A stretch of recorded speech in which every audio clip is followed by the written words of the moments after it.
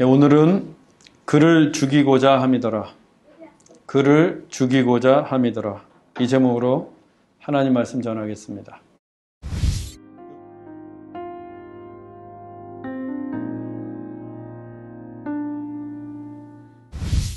요즘 중국 우한에서 발생한 신종 코로나 바이러스 때문에 전 세계가 떠들썩합니다. 감염이 될 경우 치사율이 높다는 인식 때문입니다. 그래서인지 시드니에서 손꼽히는 중국인 밀집 지역인 이스트우드 중국인 거리가 한산하다고 합니다. 코로나 바이러스에 감염된 환자가 이스트우드를 활보하고 다녔다는 소식 때문입니다. 중국 국가위생건강위원회는 2월 1일 0시 현재 전국 31개 성에서 코로나 바이러스에 감염된 확진자가 모두 11,791명, 그중 사망자가 259명이라고 발표했습니다. 또 확진자 중에 243명은 완치 후 퇴원을 했습니다. 중국 이외의 해외 확진자는 한국에 12명, 호주 9명, 미국 6명, 일본 17명 등 모두 25개국에서 155명으로 집계되었고 다행히 사망자는 나오지 않고 있습니다. 세계보건기구인 WHO는 국제적 공중보건 비상사태를 선포했고 바이러스 확산을 막는 데 전 세계적인 노력을 당부했습니다. 유독 중국에만 사망자가 집중된 까닭은 중국의 경우 위생관념이 부족한 데다가 숨기기에 급급했던 것과는 달리 세계 각국이 최선을 다해서 투명한 방역을 하고 있기 때문인 것으로 보고 있습니다. 우리도 예방에 최선을 다해야 합니다. 외출을 한 후에는 손을 깨끗이 씻고 평소 물을 많이 마셔서 우리 몸에 충분한 수분을 유지해야 합니다. 또 양치질도 자주 해서 구강도 청결히 해야 합니다. 의료 당국은 코로나 바이러스에 감염이 되었거나 감염이 의심되는 사람은 일정 기간 동안 격리해서 치료를 하고 더 이상 바이러스가 확산되지 않도록 관리해야 합니다. 문제는 코로나 바이러스에 대한 지나친 염려와 공포심입니다. 바이러스보다도 염려와 공포가 더 빠르게 확산되고 있습니다. 그래서인지 식당들은 한산하고 공연과 콘서트는 취소되고 마스크와 손 세정제는 불티나게 팔려가고 있습니다. 자녀들을 학교에 보내지 않고 또 방학 중에 중국을 다녀온 학생들은 아예 등교를 못하게 합니다. 입국도 거부되고 있습니다. 확진자 격리센터를 어느 지역에 설치하겠다고 하니까 그 동네 주민들이 너나 할 것 없이 길을 쓰고 반대합니다. 또 인터넷상에서는 이와 관련된 온갖 괴담들이 쏟아져 나오고 있습니다. 이 같은 현상은 사스 바이러스 때에도 또 메르스 바이러스 때에도 마찬가지였습니다. 변한 것이 없습니다. 바이러스에 감염되는 사람은 정말 소수이지만 세상은 난리가 난 듯 요란합니다. 1000분의 1, 만분의 1의 확률일지라도 누군가에게는 그 바이러스가 치명적일 수 있기 때문입니다. 요즘 저는 생각해 보았습니다. 바이러스로부터 우리의 몸과 생명을 지키기 위해 이토록 철두철미한데 또 감염에 대한 염려와 공포가 이토록 크고 빠르게 전파되어 가는데 과연 우리의 영혼과 영적인 생명을 지키기 위해서 얼마나 열심을 내고 있을까? 우리의 영혼을 감염시키는 세상의 욕망과 유혹들, 마음의 평안을 빼앗고 천국의 소망을 뒤흔들며 우리의 영적인 생명에 치명적인 위험을 가져다주는 의심과 불신앙의 바이러스에 대해서는 얼마나 염려하고 두려워하고 있을까?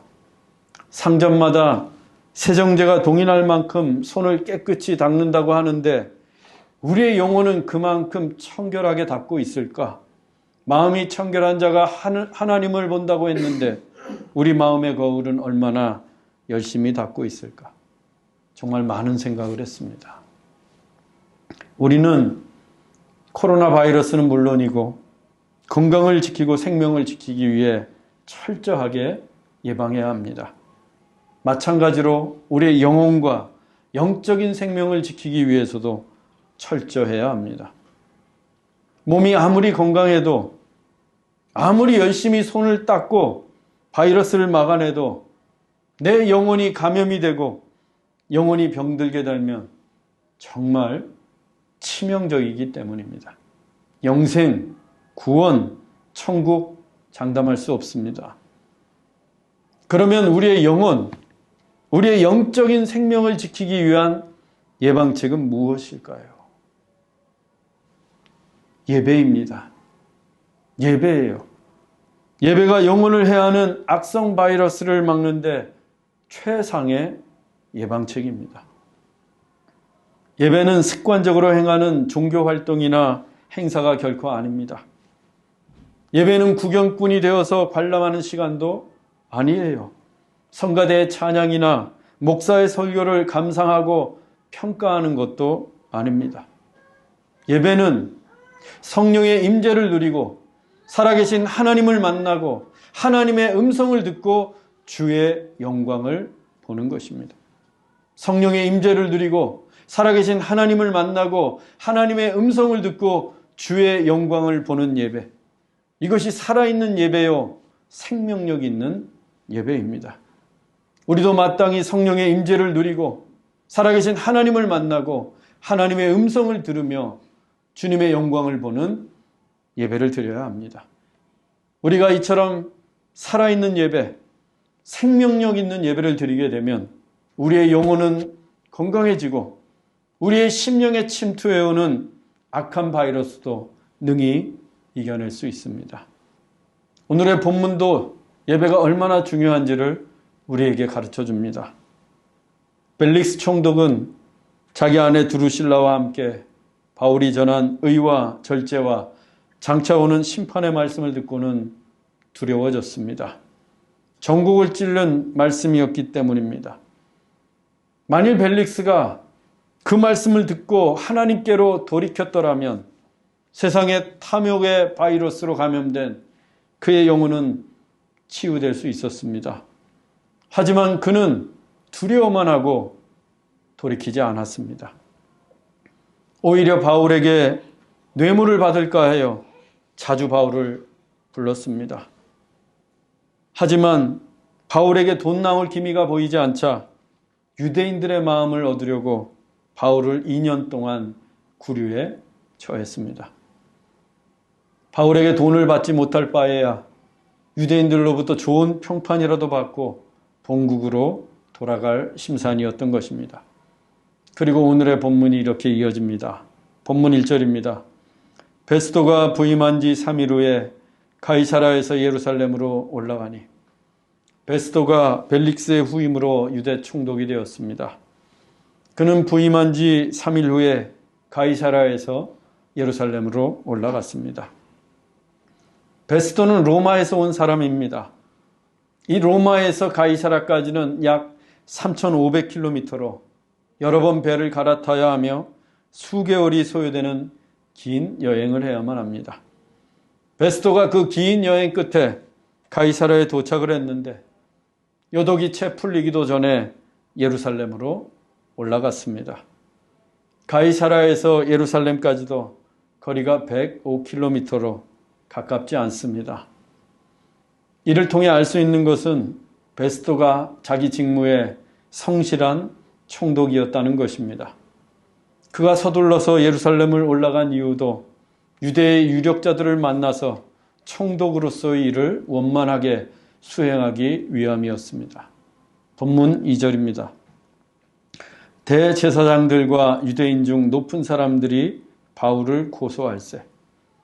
베스도가 예루살렘에서 만난 이들은 대제사장들과 유대인 중에 높은 사람들, 즉 장로들이었습니다. 보통 총독이 식민지에 부임하게 되면 그 지역의 유력자들을 만나 인사를 나누고 그들의 민원을 들어주는 게 관례입니다. 그래야 식민지를 질서 있게 통치해 나갈 수 있기 때문입니다. 그래서 베스도도 유대 총독으로 부임하고는 곧장 예루살렘에 올라가서 대제사장과 장로들을 만난 것입니다. 그런데 이 대제사장과 장로들이 베스도를 만나자마자 무엇을 했습니까? 바울을 고소했습니다. 새로 부임한 총독에게 요구할 민원이 얼마나 많았겠습니까? 세금 좀 내려달라, 성전을 보수해달라, 다리를 놓아달라, 새로 길을 만들어달라, 공회의 권한을 더 늘려달라, 유대 정치범들을 석방해달라 등등 얼마나 할 이야기가 많았겠어요. 그런데도 이들은 만사를 제쳐놓고 바울부터 고소했습니다. 바울이 전처럼 회당을 돌며 복음을 전했기 때문이 아니에요. 성전과 시장에서 사람들을 선동했기 때문이 아닙니다. 바울은 지금 2년째 가이사라에 구금되어 있습니다. 가이사라 감옥에 갇혀서 한 발자국도 나오지 못하고 있어요. 그렇게 2년 동안 바울의 얼굴을 보지 못했다면 기억에서 잊혀져 갈 만한데도 이들은 바울을 잊지 않았습니다. 바울에 대한 시기, 질투, 미움, 분노가 여전했습니다. 그래서 총독이 새로 오자마자 제일 먼저 바울을 고소했던 것입니다. 이 일만 해도 놀랄 일인데 바울을 고소하는 이유는 우리를 더욱 놀라게 합니다. 본문 3절입니다. 베스도의 호의로 바울을 예루살렘으로 옮기기를 청하니 이는 길에 매복하였다가 그를 죽이고자 함이더라. 유대의 지도자들은 베스도에게 바울을 예루살렘으로 옮겨달라고 청했습니다. 예루살렘에서 다시 공회를 열거나 정식으로 재판을 하기 위함이 아니었어요. 바울이 가이사라에서 예루살렘으로 내려올 때 자객을 매복했다가 바울을 죽이려는 것입니다. 그런데 이 장면 어디서 본 적이 있습니다. 사도행전 23장 14절에서 15절입니다. 대제사장들과 장로들에게 가서 말하되 우리가 바울을 죽이기 전에는 아무것도 먹지 않기로 굳게 맹세하였으니 이제 공회와 함께 천부장에게 청하여 바울을 너희에게로 데리고 내려오게 하라. 우리는 그가 가까이 오기 전에 죽이기로 준비하였노라. 이때는 본문의 시점에서 2년 전의 일입니다. 바울을 죽이기 전에는 아무것도 먹지 않기로 굳게 맹세한 이들이 대제사장과 장로들을 찾아갔습니다. 로마의 천부장에게 청해서 바울을 공회로 데려오라는 것입니다. 그때 바울은 로마 수비대 영내에 있었고 공회는 대개 성전 밖 시내에서 열렸습니다. 이들은 바울이 로마 수비대의 영내에서 나오면 공회에 가까이 오기 전에 죽일 계획이었습니다. 하지만 바울의 조카가 이 사실을 천부장에게 알렸고 천부장이 군대를 동원해 바울을 안전하게 가이사라로 보냈습니다. 그 후 닷새 만에 대제사장 아나니아는 장로들과 변호사 더둘로를 대동하고 가이사라에 나타나 바울을 총독의 법정에 고발했습니다. 하지만 고발의 내용이 모두 거짓이었기에 총독은 바울에게 벌을 줄 수가 없었습니다.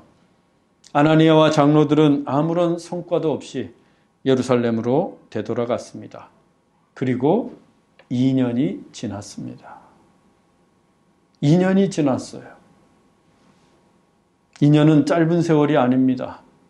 그런데 그들은 변한 게 없습니다. 새로운 총독에게 또다시 바울을 고소했고 그 틈을 타서 또다시 바울을 죽이려고 음모를 꾸몄습니다. 2년 전과 달라진 것이 있다면 이번에는 대제사장과 장로들이 직접 바울을 죽이기 위해 모의했다는 것입니다. 그런데 대제사장과 장로들이 누구입니까? 그 시대의 성직자들입니다. 즉 유대 사회에서 가장 많이 예배를 드리고 직접 예배를 인도하는 사람들입니다.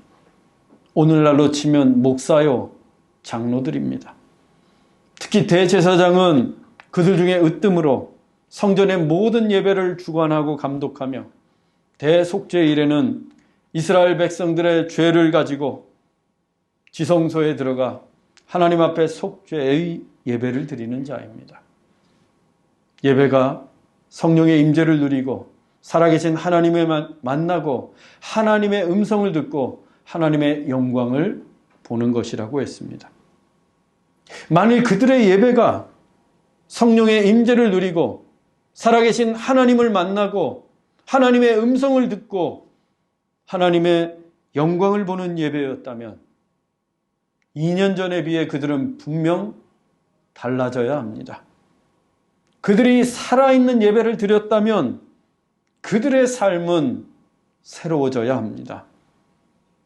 게다가 당시 예배는 오늘날 우리처럼 편안하게 앉아서 고상하게 세련되게 드리는 예배가 아닙니다. 소위 번제라고 하는 피비린내와 탄내음이 진동하는 희생 제사였습니다. 레위기 1장 11절로 13절입니다. 그가 제단 북쪽 여호와 앞에서 그것을 잡을 것이요 제사장들은 그것의 피를 제단 사방에 뿌릴 것이며 그는 그것에 각을 뜨고 머리와 기름을 베어낼 것이요 제사장은 그것을 다 제단 위에 불 위에 있는 나무 위에 버려놓을 것이며 그 내장과 정강이를 물로 씻을 것이요 제사장은 그 전부를 가져다가 제단 위에서 불살라 번제를 드릴지니. 번제의 예배를 드릴 때 희생제물을 바치는 자와 제사장의 직무가 구별이 됩니다. 먼저 희생제물을 바치는 자가 본문에서 그예요. 그가 자기 제물의 머리에 안수를 하고 자기 죄를 고백한 후에 제단 북쪽에서 제물을 잡습니다. 만일 내가 희생제물을 바치는 자라면 그 제물을 제사장이 죽이는 게 아니라 누가 죽이는 거예요? 내가 죽이는 거예요. 내가. 예배자가 죽이는 겁니다. 제사장은 그때 제물의 피를 가지고 제단 사방에 뿌릴 뿐 제물을 잡는 건 내가 직접 해야 합니다. 그런데 이것은 단지 제물만을 죽이는 행위가 아닙니다. 나를 대신해서 제물이 죽는 거예요. 내 죄를 뒤집어 쓰고서. 중요한 것은 내가 제물의 머리에 안수할 때 그 제물은 더 이상 소나 양이 아니라 내가 된다는 겁니다. 그래서 제물이 죽을 때 나도 함께 죽는 거예요. 이것이 예배의 시작입니다. 내가 먼저 죽음으로써 예배가 시작되는 거예요. 오늘날 우리의 예배 순서 중에 참회의 기도가 이 부분에 해당이 됩니다. 참회의 기도 시간은 하나님 앞에 내 죄를 자복하면서 내가 죽는 시간이에요. 내가 죽어야 합니다. 그때. 그 다음 제물에 각을 뜨고 머리와 기름을 베어내고 내장과 정강이를 물로 깨끗이 씻습니다. 이 일도 제사장이 하는 게 아니에요. 내가 하는 거예요. 내가. 핏물이 튀고 생고기 비린내를 참아가면서 내가 직접 각을 뜨고 베어내고 씻어내야 합니다.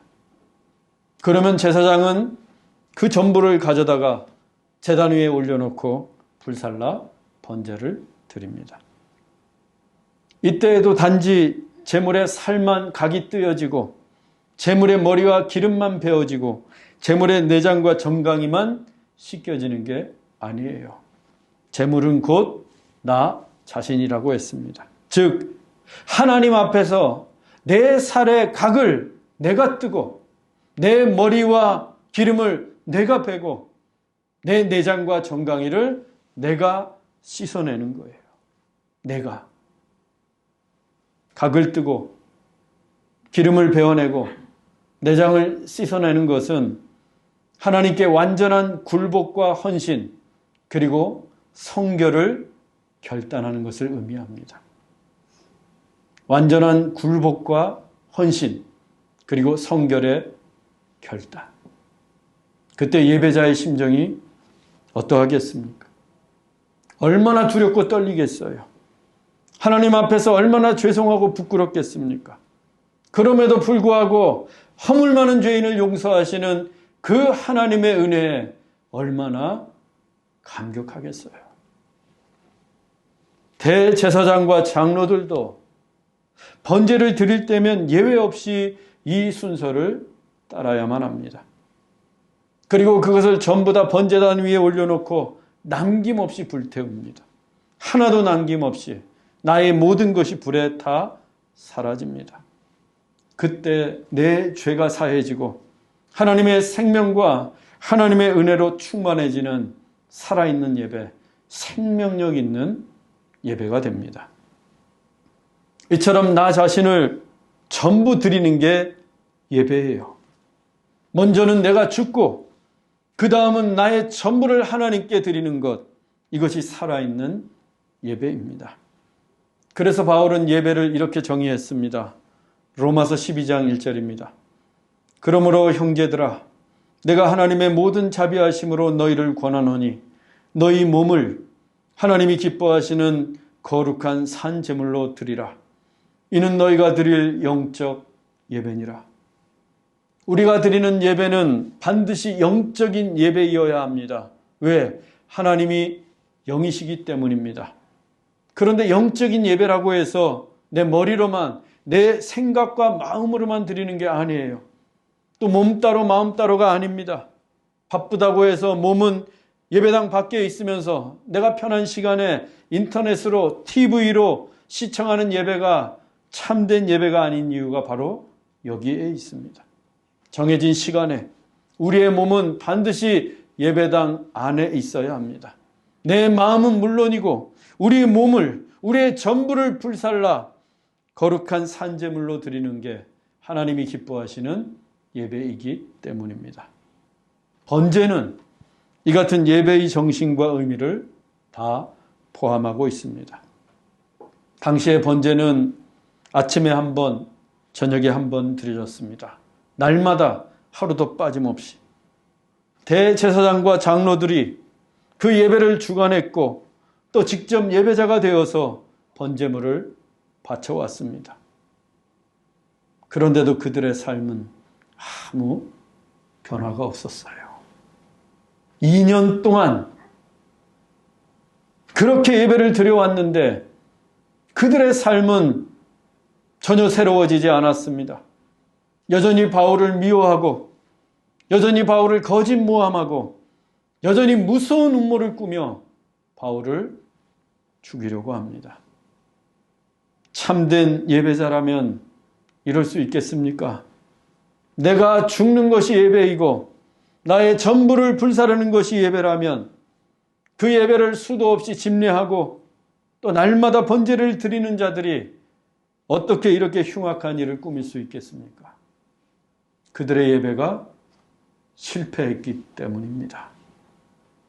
그들이 죽지 않는 예배였고 그들의 더러운 마음을 씻어내지 못한 예배였고 그들의 죄악을 불사르지 못한 예배였고 그래서 영적으로 죽어버린 예배였기 때문입니다.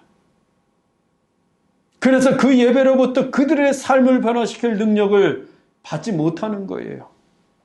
그들은 그저 종교 행위에 지나지 않는 예배를 행했을 뿐입니다. 습관처럼 피를 뿌렸고 습관처럼 각을 떴고 습관처럼 불살랐을 뿐입니다. 아무런 감흥도 결단도 없이. 그러니까 성령의 임재도 없었고 살아계신 하나님을 만날 수도 없었고 하나님의 음성을 들을 수도 없었고 하나님의 영광을 볼 수도 없었습니다. 그랬기 때문에 2년이 지난 지금도 전혀 새로워지지 않았습니다. 여전히 바울을 죽이려고 합니다. 이것이 실패한 예배자들의 모습입니다. 우리는 지난 2년 동안 어떤 예배를 드려왔습니까? 아니, 지난 2달 동안 여러분의 예배는 어떠했습니까? 내가 먼저 죽는 예배였습니까? 나의 모든 것을 드리는 예배였습니까? 내 삶을 불사르는 예배였습니까? 하나님께 완전한 굴복과 헌신 그리고 성결을 결단하는 예배였습니까? 정말 우리는 살아있는 예배, 생명력 있는 예배를 드리고 있는 게 맞습니까? 누군가는 말합니다. 오늘날의 예배는 배고픔이 사라졌다. 예배에 대한 갈망이나 은혜를 사모하는 마음이 사라진 예배를 꼬집는 말입니다. 더 이상 예배에 배고파하지 않습니다. 그래서 예배에 지각하는 것은 다반사이고 찬양할 때는 입을 굳게 다물고 침묵하면서 설교 시간에는 입을 열고 떠듭니다. 그렇지 않으면 졸거나 무슨 생각이 그렇게 많은지 하나님께 집중하지 못하고 예배를 드립니다. 정말 배고픔이 사라졌습니다. 오늘 우리는 우리의 예배를 진지하게 성찰해 봐야 합니다. 그렇지 않으면 2000년 전 대제사장과 장로들처럼 습관적으로 굳어진 예배, 종교 행위에 지나지 않는 예배, 아무런 감흥도 은혜도 없어서 죽어버린 예배를 드리게 되기 때문입니다. 여러분, 예배에 실패하면, 예배가 죽어버리면 세속의 바이러스, 욕망의 바이러스, 유혹의 바이러스에 노출된 이 세상에서 쉽게 감염이 되고 자칫 신앙생활에 치명적일 수 있습니다. 반드시 살아있는 예배, 생명력 있는 예배를 드려야 합니다. 우리도 성령의 임재를 누리고 살아계신 하나님을 만나고 하나님의 음성을 들으며 주의 영광을 보는 예배를 드려야 합니다. 그래야 우리의 삶이 새롭게 되고 이 교회도 변화가 시작됩니다. 이 시대 최고의 예배자는 예수님이셨습니다. 예수님은 십자가에서 온전히 자신을 하나님께 드리셨습니다. 마지막 피 한 방울까지 다 쏟으시면서 하나님 앞에 완전한 굴복과 헌신을 결단하시는 예배였습니다. 우리의 모든 죄를 대속하시는 예배였습니다. 그렇게 예수님은 십자가에서 피 흘려 죽으셨지만 그 예배는 정녕 살아있는 예배, 생명력 있는 예배였습니다. 자신의 몸을 온전히 산제물로 드리는 영적인 예배였습니다. 인류를 구원하시고 만물을 새롭게 하시는 능력 있는 예배였습니다. 사랑하는 형제자매 여러분, 우리도 예수님처럼 살아있는 예배, 생명력 있는 예배를 드리십시다. 성령의 임재를 누리고 살아계신 하나님을 만나고 하나님의 음성을 듣고 주님의 영광을 보는 예배자가 되십시다. 하나님 앞에서 완전한 굴복과 헌신 그리고 성결을 결단하십시다. 그래서 우리의 삶이 달라지고 이 교회가 새롭게 되기를 주 예수 그리스도의 이름으로 축원합니다. 기도하겠습니다. 사랑의 하나님 아버지, 내가 먼저 죽고 나의 전부를 불태우는 예배를 드리게 하옵소서. 아무런 감흥도 은혜도 없는 죽어버린 예배는 더 이상 드리지 않겠습니다. 살아있는 예배, 생명력 있는 예배를 드리기 원합니다. 내 살에 각을 뜨고 내 머리와 기름을 베어내고 내 내장과 정강이를 씻어내며 하나님께 완전한 굴복과 헌신 그리고 성결을 결단하는 예배가 되게 하옵소서. 그래서 우리의 삶과 이 교회를 새롭게 하는 예배자가 되기를 원합니다. 십자가 위의 예배자 예수 그리스도의 이름으로 간절히 기도하옵나이다. 아멘.